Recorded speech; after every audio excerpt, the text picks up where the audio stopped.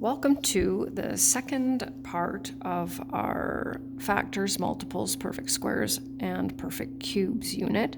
So this content will lead into another one of the units, and we're going to get started with perfect squares. This shouldn't be a brand new concept. So here we go. Perfect squares are a group of numbers that follow a pattern. They are the answers to 1 squared, 2 squared, 3 squared, 4 squared, etc., etc. So let's just create these numbers. So the first 10 natural perfect squares are, we'll start with 1. 1 squared is 1 times 1. So that'll be 1. 2 times 2, 2 squared, 4, 9, 16, 25, 36, 49, 64, 81, and 100 is the answer to 10 squared, or 10 times 10. So one thing that we have to do is we have to be able to determine the square roots two different ways, or more than one way. So one of the ways that we're going to do is use our calculator. You can recognize a natural perfect square by using your calculator. If the square root of the number is a natural number, and if you are not quite sure what a natural number is, just give me a couple of minutes. It is a perfect square if it is an irrational number. And so what that means is that when you use your calculator and it's a non-terminating, non-repeating decimal, it's not a perfect square. It is also a perfect square if it can be drawn as, no surprise, a square. So we'll look at this. Are the numbers and shapes perfect squares? Justify your answer. So here's what I'm looking for. So I just finished saying that it is a perfect square if it can be drawn as a square. Well, we're looking at a square. And you can see in that square there are 9 smaller squares that would represent the area. So for this one, we're going to say yes. Right? The area, of course, would be 9 square units. And our reasoning for that is because it is a square with an area of 9 square units.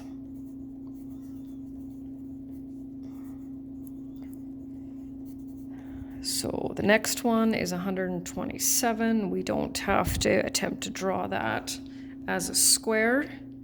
So we're just going to take out our calculator, and you just need to be able to figure out, do you hit the square root button first or the number first? If it gives you an error, of course, use the other one.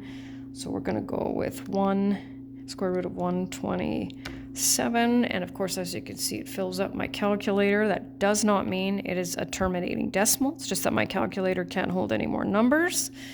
The other thing that we can do if we want to is if we continue the pattern of perfect squares up here, right?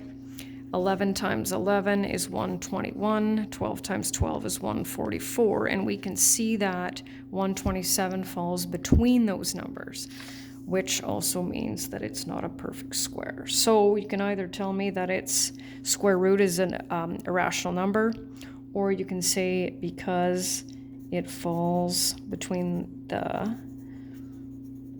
perfect squares of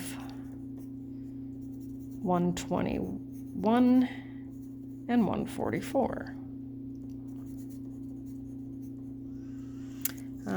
Next one over here. A couple of different reasons here. So this one is obviously clearly not a square. We're looking at a rectangle. It has an area of 15, which if you just look up here, you can see that 15 falls between these two perfect squares.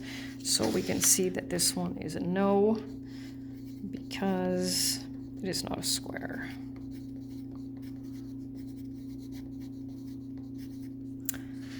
Uh, 289, just gonna put my calculator in there again. Square root of 289, 17. So that is a natural number, counting number, yes, because its square root is a natural number. And just to get us used to the notation here, the square root of 289 is 17. Watch where you put that square root symbol. And the last one here, of course, is clearly not a square, it is a cube, so that's a no. No, because it is a cube. All right, so there we go. Okay, so in this one, we need to use factoring. This is our other method now. Instead of our calculator, we're going to use factoring to determine whether each number is a perfect square. If it is a perfect square, identify its square root, and we're going to make sure we use the correct notation. So, of course, if we're going to factor, now we're dealing with numbers that are fairly or larger maybe than we're used to. So I'm just going to do this fairly quickly, break it down, just to save us a little bit of time.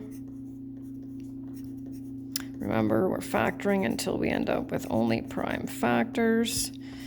There we go. So once we get here, and the steps are a little bit over to the right, so we'll move there in just a second. First thing we need to do is factor it completely.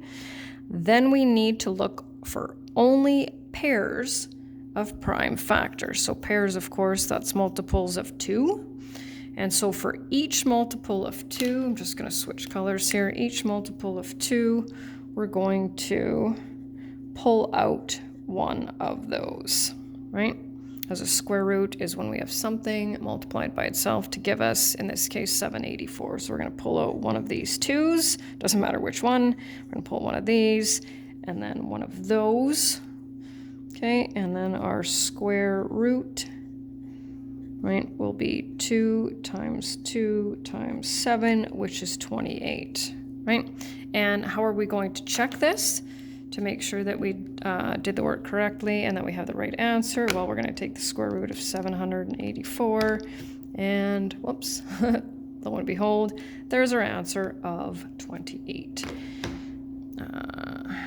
So we took one of each of those. So next up is 588. So once again, we'll factor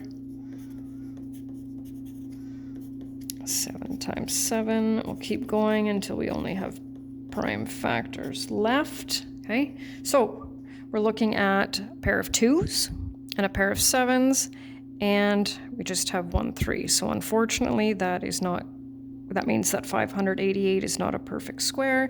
So that's what we write here, not a perfect square, because we don't have a pair of 3's.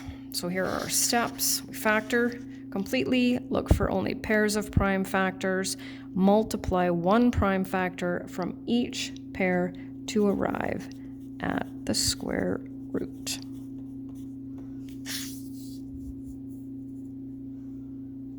And that's the end.